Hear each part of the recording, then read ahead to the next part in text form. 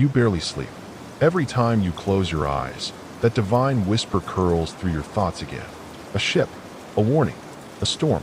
By the time the first light of morning brushes the fig leaves outside your home, you're already up, rubbing the sleep from your eyes and reaching for the dull iron axe leaning by the door. You step outside. The air smells of dust and dew, and your small plot of land, so ordinary yesterday, suddenly feels like the center of the world. You walk slowly into the nearby grove, each step sinking into the soft ground. Here, in this ancient forest, you search for the right tree. Not just any tree, one that could withstand the rage of heaven. Noah wasn't just a man of faith. He was a builder, a farmer, and, like you now, a thinker. You run your hand over a thick-trunked gopherwood tree, its bark rough and warm under your fingers. Gopherwood. You've never worked with it before, but it's the word the voice used. And so you trust. The first axe swing thuds deep into the trunk. Chips fly. It's hard work. Sweat pools at your collar and splinters catch in your beard. But every blow echoes with purpose. Soon, the first tree falls, not with a roar, but with a whisper, as if nature itself mourns what's coming. Your sons notice. Shem, always serious, offers to help. You nod, pretending you don't see the questions in his eyes. Japheth and Ham soon follow. You teach them how to choose trees, how to cut straight, how to lash logs with twisted flax cord. You do not mention the flood, not yet. The villagers do, though. They mutter at the well. They glance sideways when you walk through town with timber strapped to your back. One even laughs aloud. Building a house for the birds, old man? You smile gently and walk on. The truth is too heavy for them. Weeks pass. Your land becomes a lumberyard. You draw rough plans in the dirt with a stick, measuring out cubits, imagining levels and stalls and windows. The ark isn't just a vessel. It's a second Eden, a reset button, a floating miracle of survival. Your wife watches all this with weary affection. She brings bread at midday, hums old psalms under her breath. Once, she even lays her hands on a plank of freshly planed wood and closes her eyes in prayer. You don't ask what she says to God. You don't need to. Some nights, the stars blink especially bright. You take that as confirmation. Other nights, your dreams are full of water, roiling, rising, roaring. You wake soaked in sweat, heart hammering. Historians still argue whether Noah interpreted a literal flood or a metaphoric cleansing. But you know what you saw. One day, as you shave bark from a beam, a neighbor named Eli comes over. He's got calloused hands and a skeptical frown. "What's this really about?" he asks. You pause, weigh your words. Then, softly, a storm is coming. He stares a long moment, then shakes his head and walks away. You don't expect him back. Still, your sons stay. Shem takes to shaping ribs.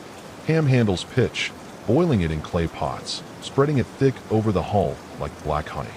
Japheth organizes the piles of logs like a librarian of timber. Your family becomes a shipyard. Your home becomes a hope. It's not fast. Months roll by. Your hands blister and heal. The skeleton of the ark rises from the dust like a rib cage of a giant. And with each beam you place, each nail you hammer, you feel less like a farmer and more like a prophet with calluses. One morning, as you hoist a timber with Japheth, he finally asks, "Father, why?" You set the wood down and meet his eyes. Because the world is broken, and God is giving it a second chance. He nods. He doesn't smile. But the next morning, he's up before you, smoothing planks with a flat stone. As the ark takes shape, it becomes something more than wood and pitch. It becomes a prayer in lumber, a whispered apology to the earth, a candle flickering against the storm. And deep down, you begin to wonder, not if it will float, but who, if anyone, will believe before the rain comes. The days stretch long under the sun. The sky, so far, remains stubbornly blue, mockingly calm. You keep building. The ark grows massive, casting a strange shadow over your land. Children sneak by to gape at it. Some villagers even stop jeering long enough to marvel, then scoff again when they see you mixing pitch or tightening ropes. You've become the town's favorite bedtime story, the old man and his floating barn. Still, your sons believe. Maybe not in the flood, not fully, but in you. That's enough. One evening, as the wind shifts and the trees rustle with a voice of their own, the second part of the dream comes. It's sharper this time. A vision, really. You see the ark not as lumber, but alive, creaking, groaning under the weight of beasts. You wake gasping. There's a whisper, not from inside your head, but from everything around you. From the bark of the trees, the sigh of the wind, even the grain of the planks. It's time. Call the animals. Wait, what? You sit up, heart pounding. Did you imagine that? But the next morning, you go to the edge of your land, just beyond the grove where the last of the timber was felled. You close your eyes. You speak softly, words not fully your own. Not a command, not an invitation. A message sent like ripples across the air. You don't know how you know, but you just know. Then you wait, and you wait. You feel ridiculous. Even Shem gives you a puzzled glance that says, "You okay, father?" But then you hear it. A faint thud, then another, and out of the trees lumbers a pair of elephants. Huge, silent, deliberate. One of them flicks its trunk as if annoyed by the very idea of doubt. You stand, mouth half open, as two more shapes emerge, striped and twitching, zebras. Behind them, kangaroos. A badger. A falcon landing on the arch of the unfinished doorway. The animals come, in pairs, quiet, orderly, reverent, like pilgrims at a holy site. Your wife gasps when she sees a lion curl up beside a lamb, both waiting at the threshold like children at school. She doesn't ask questions. She just kneels. The days become stranger than dreams. Giraffes bend their necks to squeeze under rafters. Mice scurry into crates filled with grain. You build stalls as quickly as your hands allow, but the animals seem to know where to go, as if the ark has a blueprint only they can read. You learn new sounds, snorts and clicks and chirps. You make room for nests and burrows. Ham builds ramps. Japheth stacks feet. Shem becomes a kind of zookeeper, scribbling notes with charcoal on bark. 2 lions, calm. 2 owls, mating call. 1 bear, keeps napping. At night, the air smells like fur and hay and something deeper, a scent you can't quite name. Not bad, not good, just ancient, like the world remembering itself. Your neighbors don't laugh anymore. Some come to the edge of your land and stare. One even brings a goat. You take it, but you know this isn't about collecting pets. This is preservation. God's inventory of what he once called good. Historians still debate how the animals arrived. Migration patterns, instinctive behavior, some even say myth. But you saw it. You saw the eagle land beside the dove. You saw the fox nuzzle the deer. You heard the silence between predators, a silence thick with peace and strange purpose. One afternoon, while you're fixing a roof beam, a massive shadow passes overhead. You look up just in time to see 2 albatrosses gliding in tandem, wings wide as sails. Japheth mutters, "Even the birds believe you now." You smile. It's not me they believe. A few animals resist. A bull tries to charge, and you dodge just in time. A snake coils beneath a basket for 2 days before slithering out on its own. One rooster spends hours pecking the edge of the ark like it's a rival. But in the end, they all enter. 2 by 2, male and female, life repeating itself. And then one evening, just before the sun vanishes behind the hills, you see something even stranger. A deer, thin and trembling, steps out of the forest alone. You wait. A minute, then 2, and then another deer follows. Its legs are crooked. It limps. Its fur is patchy, but they find each other. They touch noses, and side by side, they walk into the ark. Your eyes blur. You've never felt closer to heaven. The ark is full now. You didn't think that moment would come. Not really. There was always another stall to build, another pail to fill, another pair of hooves or wings or blinking eyes to make room for. But tonight, as the sun dips low and the sky bruises violet, the animals are quiet. You stand in the doorway of the ark, your hand resting on the frame.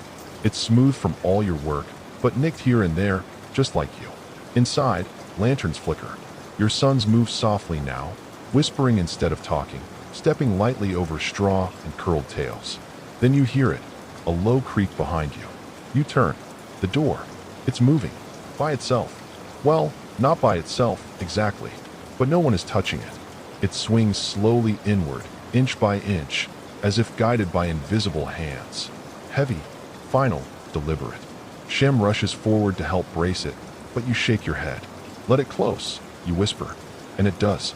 The ark seals shut with a deep, resonant thunk, a sound you feel in your ribs. Outside, the first drop falls. You pause. Then another. then another, then 100 more.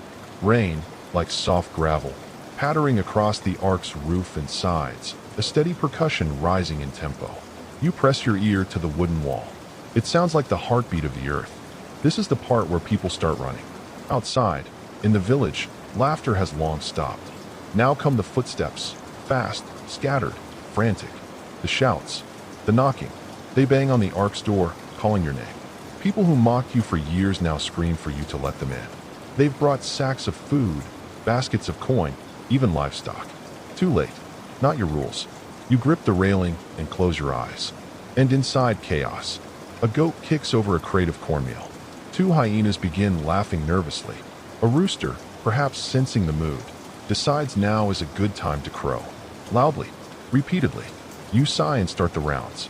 Every stall needs calming. Every water bucket needs checking. You tie knots tighter. You offer apples to twitchy horses. You light another lantern and coax a bear cub back into its bedding. You find your wife gently stroking a rabbit's ears as it shivers. Outside, the rain pounds harder. By morning, it becomes something else.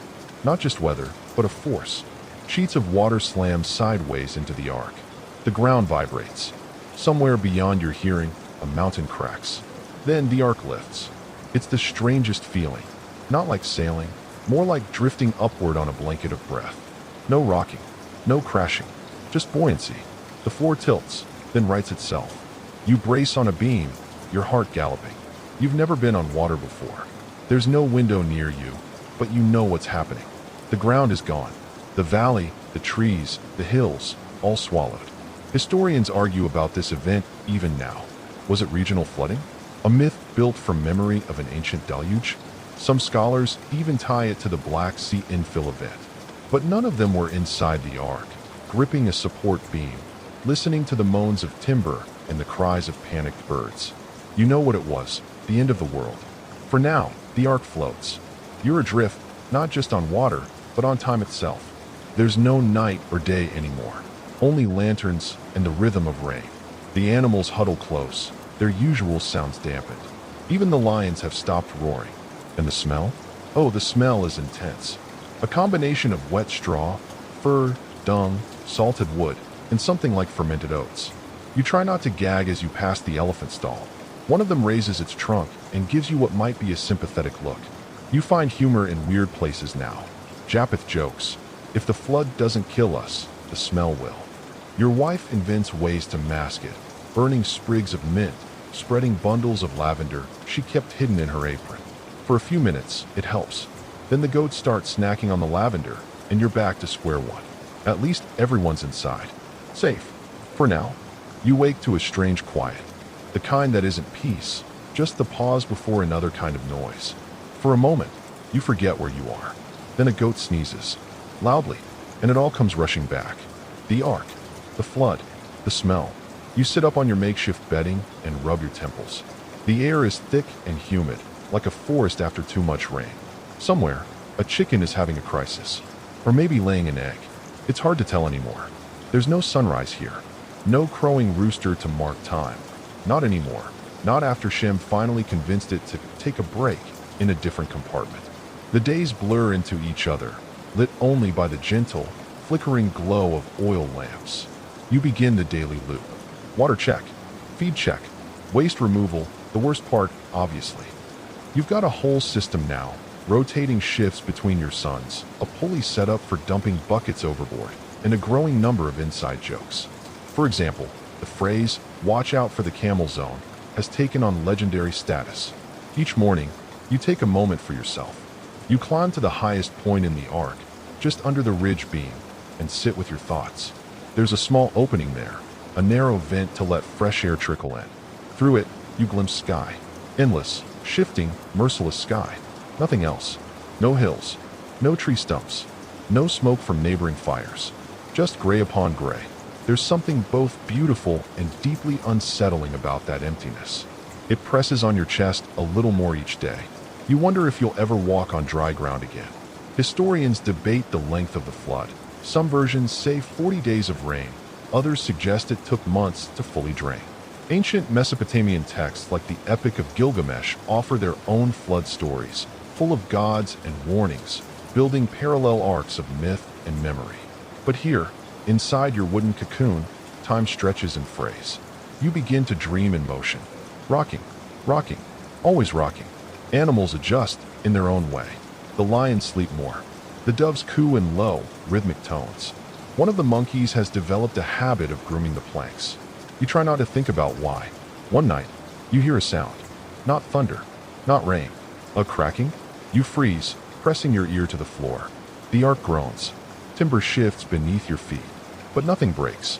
You remember how thick the beams are. Gopher wood, dense and oily. Chosen for its strength. Still, the sea tests everything. You gather the family. You sit in a circle, passing dried figs and a flask of water. Your wife hums softly, an old lullaby, something from before the ark. It makes you ache in places you'd forgotten. Then Ham, the youngest, asks the question everyone's been avoiding. What if we never land? Silence. Even the animals seem to hush. You let the question settle in the room like dust. Then you smile, gently. We will, you say? But it won't be today. And that's the truth you carry forward, day by day, bucket by bucket.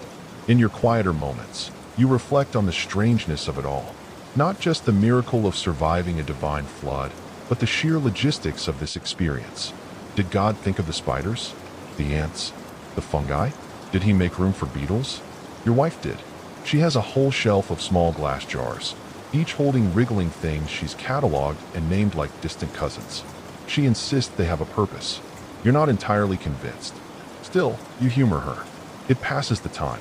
On the 27th day, at least, you think it's the 27th, you hear laughter. Actual, spontaneous laughter. It comes from Japheth, who's balancing on a barrel while trying to brush a zebra's mane. The zebra, clearly unimpressed, flicks its tail and knocks him off. He lands in a pile of straw and banana peels. Everyone rushes over. Japheth is fine. Winded, but fine. You all laugh harder than you have in weeks. It echoes through the ark like bells. Even the parrot chimes in with a perfect imitation of Shem's panicked voice. Laughter helps. You need more of it. That night, you pull out the dried fruit stash you've been hoarding for emergencies and declare it a celebration. Celebrating what? Asks Ham, his mouth full of date. Still floating, you grin. Sometimes that's enough. You blink awake to something new. Not sound, not movement, but a smell, fresh, startlingly crisp. After weeks of damp wood, wet straw, and warm dung, it cuts through the air like a whisper of somewhere else. You sit up, nose twitching. It's not figure, not smoke, not the tang of goat. It smells clean. You hurry to the top vent, climbing over barrels and sleeping cats. You press your face to the tiny slat, and your heart skips. Sky. Real sky. Blue, like crushed lapis lazuli. The clouds are no longer gray and low, but high, puffy, almost cheerful. And below? Below is still ocean, but something is changing. The water no longer thrashes. It rolls. Gently, rhythmically. The ark rocks like a cradle instead of a storm. You yell for the others, and within minutes, your whole family is pressing in beside you, jostling for that narrow view. The mood changes instantly, from tired to electric. Later that day, you climb the ladder to the crow's perch, a tiny open platform built at the very top of the ark, exposed to wind and sky. It was a design your wife suggested, in case we need to look out properly someday. Today is that day. You take a dove, soft and white as flour, and cradle it in your hands. She blinks at you, head cocked. You whisper something ridiculous, maybe a wish, maybe just gratitude, and toss her gently into the air. She arcs out into the sky, wings flapping against sapphire blue. You watch until she's a speck. There's a silence afterward. Not empty, but hopeful. Historians still argue whether the Genesis flood was local or global, metaphor or memory. But here, in this moment, the facts hardly matter. This bird, this breath of wind, this whisper of dry land somewhere, is real. The dove returns, but she brings nothing. So you wait. 7 more days. Each day stretches, but the mood is lighter now. The animals seem calmer. Even the leopard has stopped pacing. You spend evenings playing games. Yes, actual games. Your sons have invented something involving dried beans, knotted twine, and whispered bets. It's ridiculous and wonderful. You read aloud by lamplight, scrolls your wife insisted on bringing. One night it's a poem. The next, a creation story older than even yours. She says preserving stories is just as holy as surviving floods. You don't disagree. On the seventh day, you send the dove again. She disappears into the distance. Hours pass. You go about chores, feeding, checking for mold, sorting beans. But you keep glancing at the sky, that thin line of hope. Then someone shouts. The dove is back. In her beak, green. An olive leaf, small and perfect, still moist. You don't speak. You just breathe. You hold it up for all to see. And for a moment, every creature in the ark is silent. As if the news ripples through the wood, through the hay, through the feathers and scales and whiskers. Land, life, hope. You gather everyone. Tonight, you declare, is a feast. There's not much, some dried lentils, a half wheel of goat cheese, a preserved gourd your wife's been hoarding. But it feels like a banquet. The ark glows with lanterns and laughter. Hem sings something out of tune. The cats yowl along. The sheep look mildly alarmed. You almost forget you're floating. On the next seventh day, you try again. This time, the dove doesn't come back. You stare out at the horizon, lips dry. Your sons watch you in silence. She's found a home, your wife says gently. That night, you dream of trees. Real trees. Tall ones. With branches you can swing from and bark rough beneath your palms. You dream of rivers winding between hills, of dry soil under bare feet. You wake with tears on your cheeks. The next day, you begin packing. You don't even know where you'll disembark, but you can feel it. The ark has settled, tilted just slightly, like it has stopped wandering. You descend to the lower decks, helping lift baskets, tie satchels, ready the animals. The goats are restless. The elephants trumpet softly. Even the ants seem busier than usual. You don't speak of the fear that maybe you'll open the door and see more water. You cling to the olive leaf, pressed flat between parchment, sacred as any scripture. That evening, you sit with your wife at the top vent, watching the sunset. It's the first real sunset you've seen in months. Golden light spills over the waves, turning the ark into a glowing cathedral of wood and shadow. You squeeze her hand. Almost, you whisper. Almost. The morning comes like a whispered promise. You're awake before the birds, if that's even possible with all these birds around. There's a hush over the ark that's different from the past days. Not silence, but anticipation. You step out of your sleeping area and instantly feel it. The way the floor no longer rocks, the subtle scent of dust in the air, the way the animals are all standing, not lying, as if they, too, can feel the change. You climb the ladder to the crow's perch again, heart drumming. This time, you're not looking for sky or sea. You're looking for land. And there it is, jagged, dark, rising from the mist like the bones of the earth. A mountain, no, a ridge, a whole range of them, rising from the water like they've just woken up too. Mountains of Ararat, you murmur. Historians still argue whether this, Ararat, is the same as modern Mount Ararat in Turkey. Some say yes. Others claim it's a symbol, not a place. But for you, staring at those ridges, it's more than either. It's a rival. Your knees go weak. You shout down to your sons. They come running, sleep still in their eyes. When they see the peaks, they don't say anything. Just stand there, watching, breathing. That's when you know. It's time. You descend back to the main deck, unlock the huge iron bolt on the central door. It groans like it hasn't moved in centuries, and pull it open just a crack. Cool air rushes in, dry and sharp. You inhale deeply. It smells like stone, like earth. The ramp lowers slowly. You half expect the animals to bolt, to stampede into whatever freedom awaits them. But they don't. They wait for your signal. So you step forward first. The planks creak beneath your feet as you walk down the long ramp. Each step feels heavier than the last, not with dread, but with memory. You've carried every life on this vessel through chaos. And now, the world is waiting. The ground is muddy, scattered with driftwood and strange sea markings, but it's solid. You kneel, scoop up a handful of dirt, press it between your palms. It crumbles, dark and rich. You smile. Behind you, the ark groans and shifts. You turn just in time to see a bird fly from one of the upper slats. Then another, then 10. It begins slowly. Birds first, doves, sparrows, crows, bursting into the sky like popped corks. Then the hoofbeats. The animals begin to move, not chaotically, but with purpose. Pairs descend the ramp. Elephants side by side, lions slinking with proud shoulders, zebras stepping with uncertain grace. They move past you, onto the new earth, scattering like the seeds of the world. It's the most beautiful kind of noise, life being reborn. And then, finally, you gather your family. You walk together, barefoot, into the clearing below the ark. The air is thin here, mountainous, but fresh. Behind you, the ark rests like a fossil from another age. You build an altar, stones stacked with care. Not for sacrifice yet, just for memory. You place the olive leaf on it, now dry and curled at the edges, like a sacred relic. Then you wait for the sky. It comes, a streak of color across the clouds. First pale pink, then a riot of gold and rose and violet. A rainbow, they say now, but in that moment, it feels like a voice. Not heard, but seen.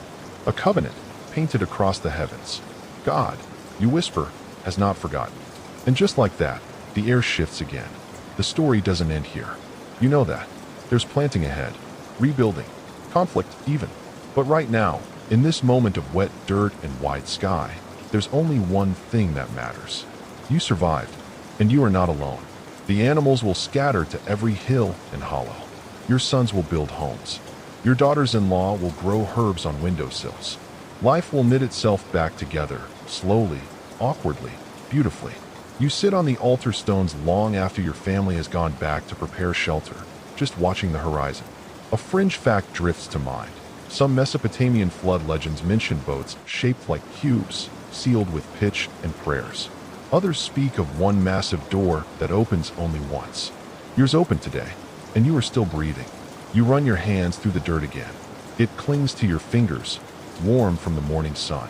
Somewhere in the distance, a fox barks, and somewhere deeper inside you, peace settles. The days after landfall are strange. You're not sure whether to feel relief, confusion, or a quiet sense of being utterly overwhelmed.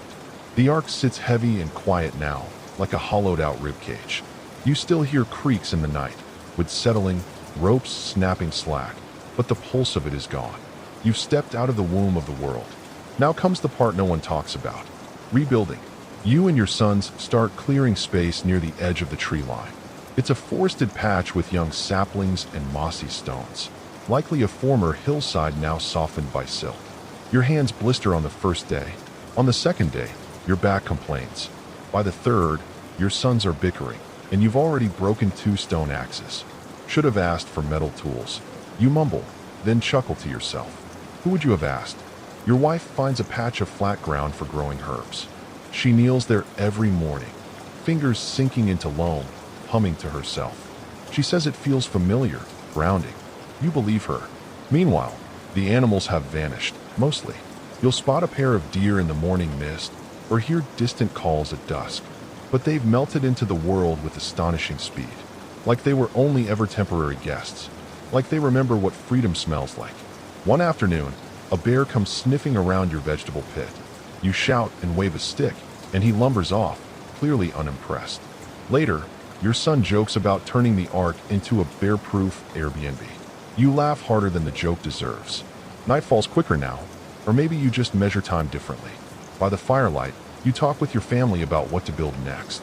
A storage hut, a fire circle, maybe even a schoolhouse, eventually. Your youngest son asks about the stars. You look up. They're painfully beautiful, endless and sharp. You've spent so long inside the ark, you'd almost forgotten how high the sky can feel. You tell him the truth. They've always been there. We just couldn't see them through the rain. There's a pause. Then he asks, why us? You exhale. A mainstream fact comes to mind. Across ancient cultures, flood myths often start with a divine cleansing. Mesopotamia, India, even in early Mesoamerica, the survivors are always chosen. But why them? Why you? You admit you don't know. Maybe because you listened. Or maybe because you were stubborn enough to build a floating zoo on dry land. He seems satisfied with that. You're less sure. The next day, you find strange plants growing where floodwaters once churned. Thick vines with purple berries, curling up through the mud. They weren't there before the rains. Your wife examines them, squints, tastes a leaf with the tip of her tongue. Grapevines, she says softly. You both stare. Wine. It's too early to harvest. But it feels like a message. Like God is saying, joy is coming. Not yet. but coming. That night, you dream of vineyards stretching across valleys, of feet crushing grapes in carved wooden vats, of laughter echoing through stone courtyards. A fringe fact drifts in. Some early Mediterranean cultures believed the first vines were divine gifts, sprung from tears shed by the gods. You wake with the scent of musty grapes in your nose, though nothing has fermented yet. And then, quietly, you cry, not because you're sad, but because the world is alive again. And because, deep down, you're terrified of what comes next. You build a bench outside your shelter. Sit on it in the evenings, sometimes with your sons, sometimes with your wife. Once, a fox comes and curls up near your feet like it belongs there. You don't chase it away. There's peace now. Uneasy, fragile, but real. And sometimes, when the wind shifts just right, you can still smell the ark. That distinct, unforgettable blend of damp wood, animal breath, and aged hay. It clings to your tunic, to your hair. It's a scent you'll never quite shake. You think you don't want to, because it reminds you lived through it. And even now, standing on solid earth beneath a dazzling sky, part of you still dreams in waves. The air feels different now, cooler, crisper. The ground no longer squelches underfoot. Instead, it's firm, a little cracked in places, like the earth itself is adjusting to being dry again. The ark rests farther behind you now, shrouded in new vines and moss. You only go back to it occasionally, mostly for tools, sometimes for solitude. It echoes strangely now, like a place where ghosts live. You wake one morning to a strange sight. Fog crawling across the valley floor like milk spilled from the sky. You step outside and feel it wrap around your ankles, soft and cold. For a moment, it feels like the flood is back, but only barely. You shiver, then laugh. Nice try, you whisper to the clouds. Your family is thriving, or at least trying. Your eldest builds a lean-to near a stream and calls it his studio. He spends most of his time carving animal shapes from driftwood. The middle son is obsessed with finding edible roots and testing them with increasingly theatrical caution. The youngest is drawing in the mud with a stick, houses, stars, animals with too many legs. You praise each one as a masterpiece. Your wife is weaving reeds into baskets. Somehow, they always hold more than you expect. One morning, you catch the scent again, the ark smell. Wood, fur, sweat, hay. It clings to your oldest son's tunic after he visits. You inhale deeply. It's still there, still part of you. You sit with that for a while. Later, you and your family talk about the old world. What it was, what it became. You describe cities with high towers, marketplaces filled with shouting voices, long roads chiseled from stone. Your sons blink at you like you're describing Atlantis, which, in a way, you are. The real stories, though, are smaller. The woman who sold warm bread from a cart, the cobbler who always hummed, the neighbor who never returned your ox. You miss those stories. A mainstream fact arises. Archaeologists believe many ancient flood myths arose from sudden regional disasters, glacial lake bursts, tidal waves, river floods. Survivors likely exaggerated or remembered in symbols. But this wasn't regional. You were there. You saw it swallow the world. The youngest asks, will it happen again? You pause. Not like that, you say. He promised. But historians still argue whether that rainbow meant a literal covenant or a symbolic one. Was it about rain or mercy, survival or second chances? You leave that part out. Days pass. The first harvest is small. Wild greens, strange tubers, a few sun-warmed berries. You roast them over flame, eat in silence, then laugh because they're all slightly terrible. Progress, you say? Everyone nods like it's true. And then, one night, rain returns. You're not ready. No thunder, no howling wind, just a soft drizzle, like the sky breathing gently. Still, your heart clenches. You huddle in the shelter with your family, watching droplets bead on leaves and run down the thatch. The smell of wet earth returns. It's almost pleasant until you remember. But the rain stops before dawn. You step outside, feet squishing in wet grass. No rising flood, no judgment, just water. You sigh, relieved, then catch something in the distance.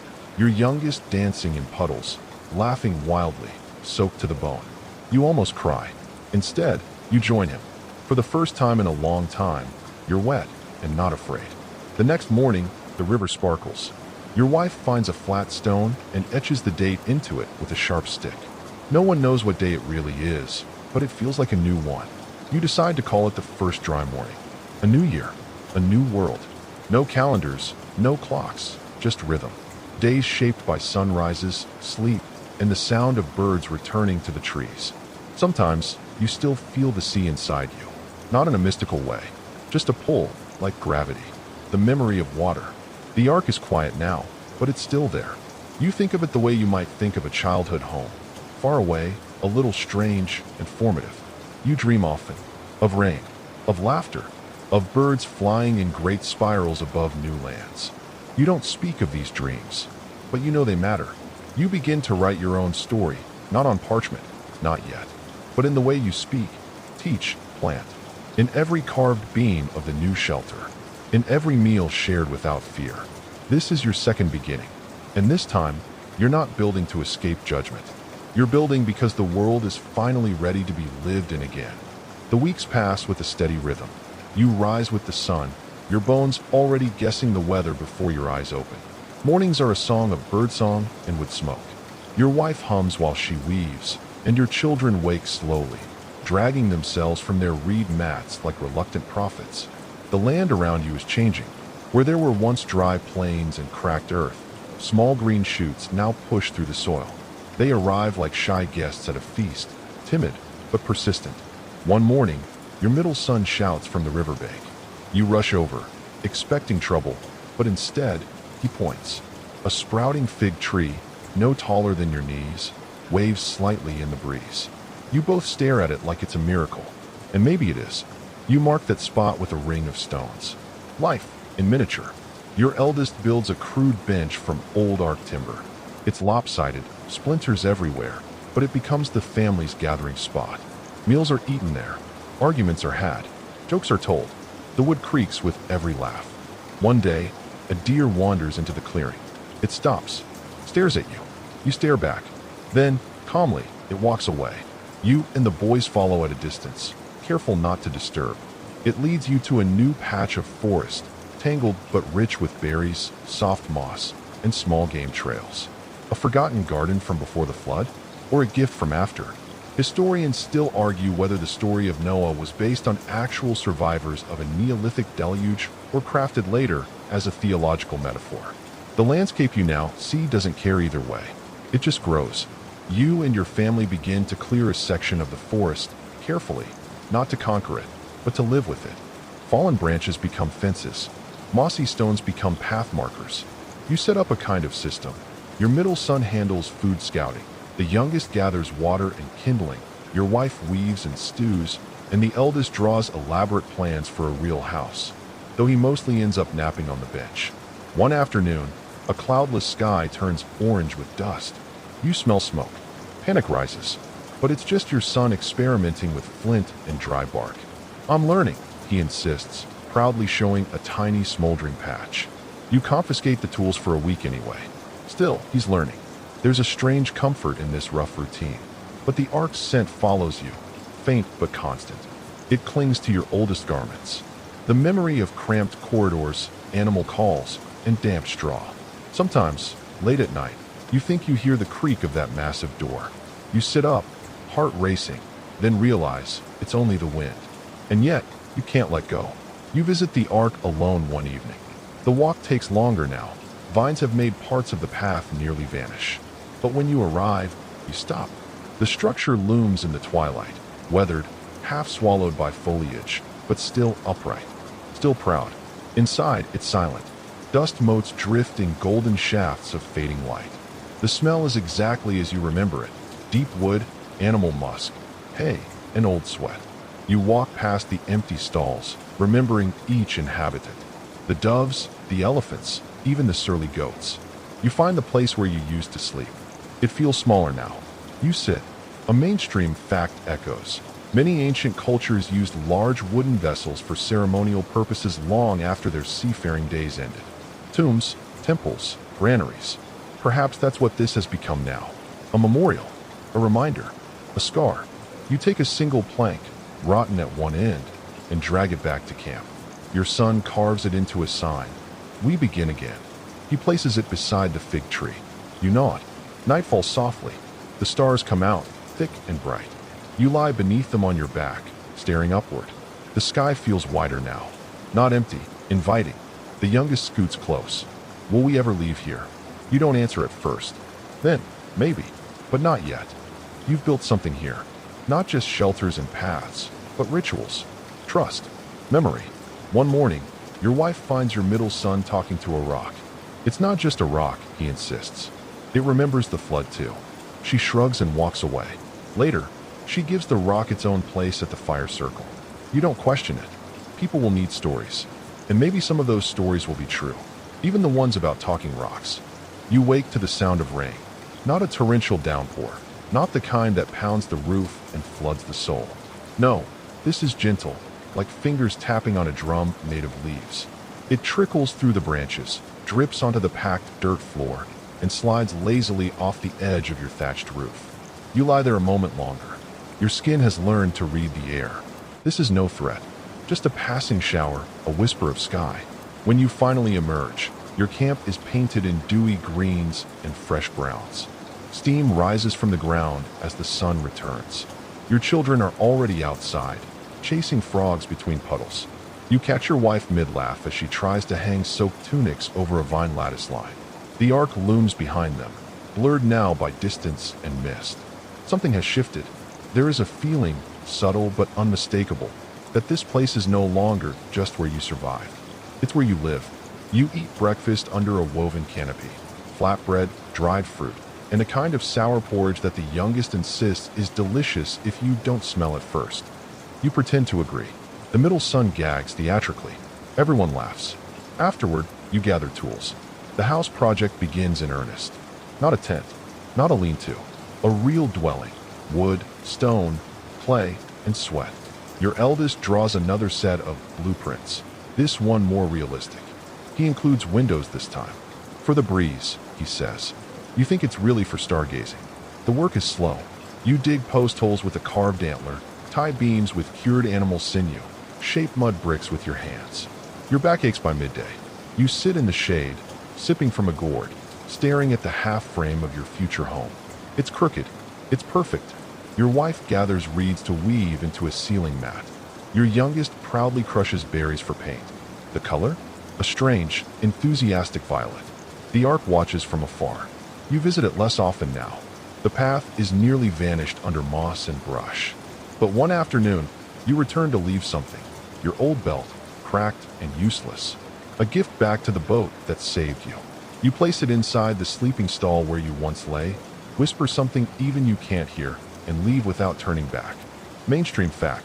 Ancient Mesopotamians often buried personal items in sacred spaces to mark transformation, both of the space and the soul. You know now that your soul is shifting, not away from the flood, but forward. There's a debate among scholars about whether Noah ever existed as a man, or if he was a symbol, an archetype for rebirth and resilience. You think maybe he was both. After all, don't all people carry a flood inside them? Grief, memory, fear.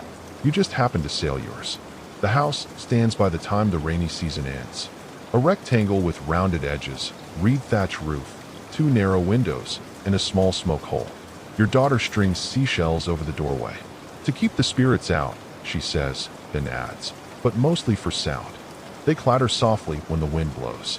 Inside, the smell is new, clay, woven grass, fresh wood. No longer ark musk. No longer memory. Something else. Something now.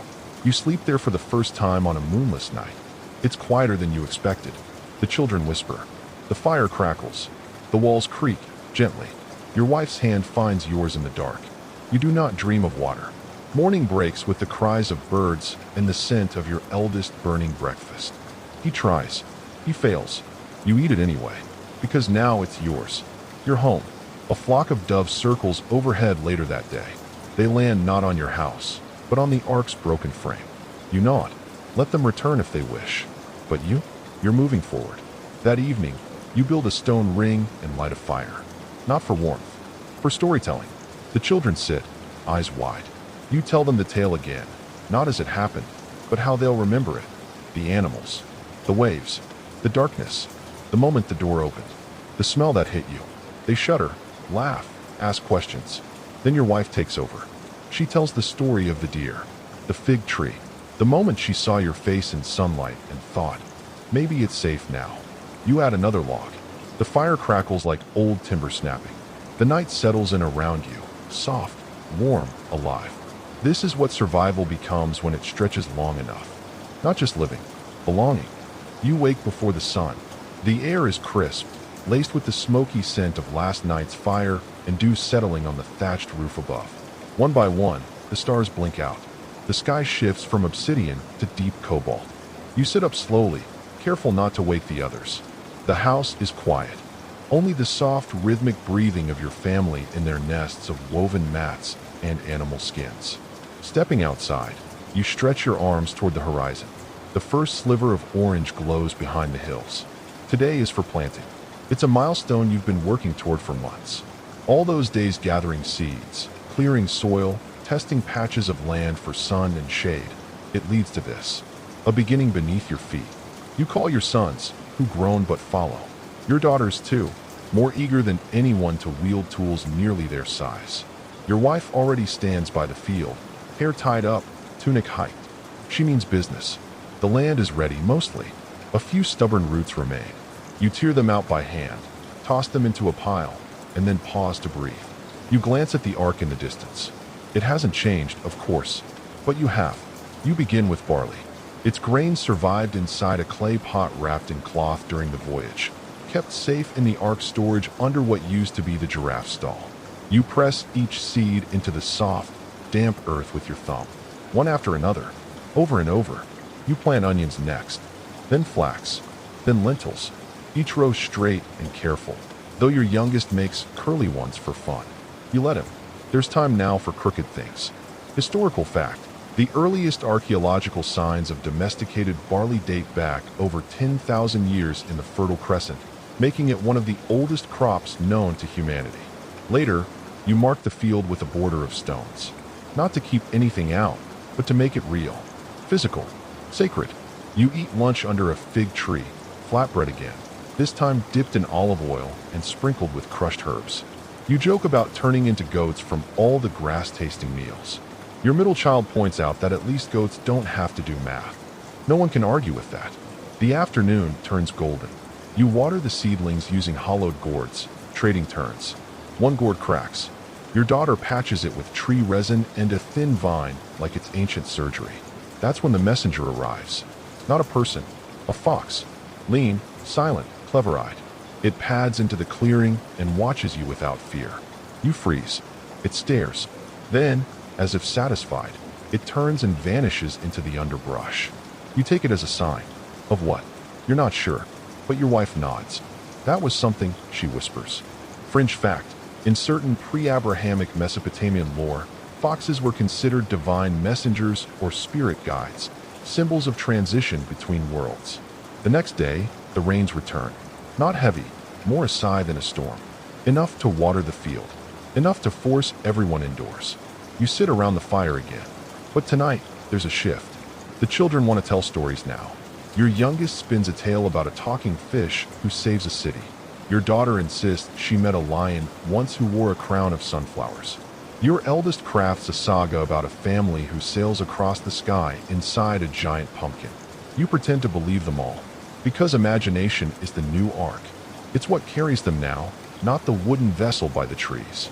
And that smell, the unforgettable one, the one that once choked your breath, it lingers, but fainter now, mixed with smoke, clay, and crushed herbs.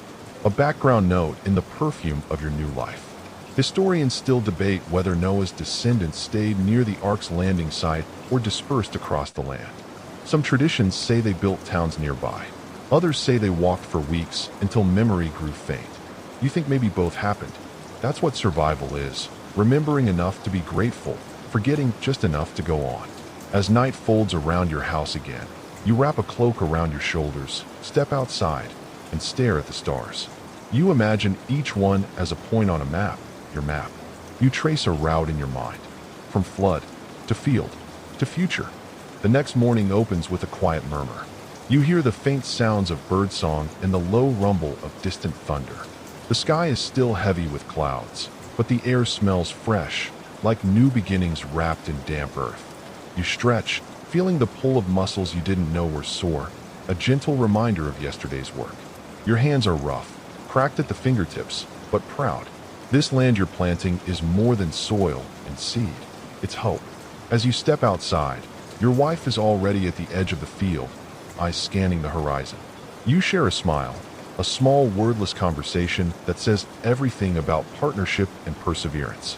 The children are nearby, gathering small stones and weaving little crowns of wildflowers, their laughter light and free, untouched by the weight of the past. You walk towards the ark, its massive wooden hull still standing strong against time and weather. The smell you remember, the peculiar mix of cedar, pitch, and something faintly sweet, rises from its worn planks. It's a scent that lingers in your memory like a distant melody, impossible to forget even if you wanted to. You run your hand along the rough wood, feeling the grooves carved by years of wind and rain. Inside, the ark is quiet, almost reverent. The animal pens have long been emptied, the giant beasts gone to their fates or futures you can only imagine. The air is cooler here, filled with the faint aroma of hay and dried herbs. Somewhere deep within, a small bundle of parchment and charcoal sketches lies folded, a testament to your craft, your attempt to preserve stories beyond words. Today, you decide to gather your family for a special task, one that requires patience and attention. You lead them to a small grove where wild olives grow, their silvery leaves shimmering even under the gray sky. You teach your children how to pick the olives gently, careful not to bruise the fruit, explaining that these will be pressed into oil, a gift from the land that will nourish them through the coming seasons. As the sun breaks through the clouds, casting golden light over the grove, you feel a quiet triumph. The world outside may still be unpredictable, filled with whispers of storms and shadows, but here, in this moment, you have built something enduring. A life, a family, a future. Historians still argue whether the story of the Ark is purely symbolic or rooted in a true historical event, but its lessons about resilience and renewal echo across cultures and time. Later, as evening falls and stars begin to the sky once more, you gather around the fire. The children share tales of animals and adventures, their voices weaving a tapestry of wonder and imagination. You listen, content, knowing that these stories will carry them through the nights to come. The aroma of herbs and wood smoke mingles with the fading scent of the ark, a reminder of journeys taken and those still ahead. As the days stretch gently onward, the rhythm of your life settles into a comforting pattern. Each morning, you rise with the sun, the soft glow brushing your face like a whispered promise. The olive trees begin to yield their precious fruit, and the pressing of oil becomes a daily ritual, slow, deliberate, almost meditative. The scent of fresh oil fills the air, mingling with the earthy aroma of tilled soil and wildflowers. It's a fragrance unlike any other, one that feels both ancient and new, reminding you of the cycles of life and renewal. Your children grow under your watchful eye, their laughter blending seamlessly with the gentle rustle of leaves and the occasional call of a distant bird. You teach them about the importance of patience and care, lessons that echo those you learned during the long voyage on the Ark. You recall the stories whispered among the trees, the quiet moments of reflection when the world seems suspended between past and future. Sometimes, as twilight deepens and the first stars appear, you find yourself wandering back to the Ark. The great vessel now rests quietly among the trees, its presence a steadfast reminder of survival and hope. You breathe in the familiar scents, the pitch, the cedar, the faint trace of animals, and feel a profound connection to the journey that brought you here.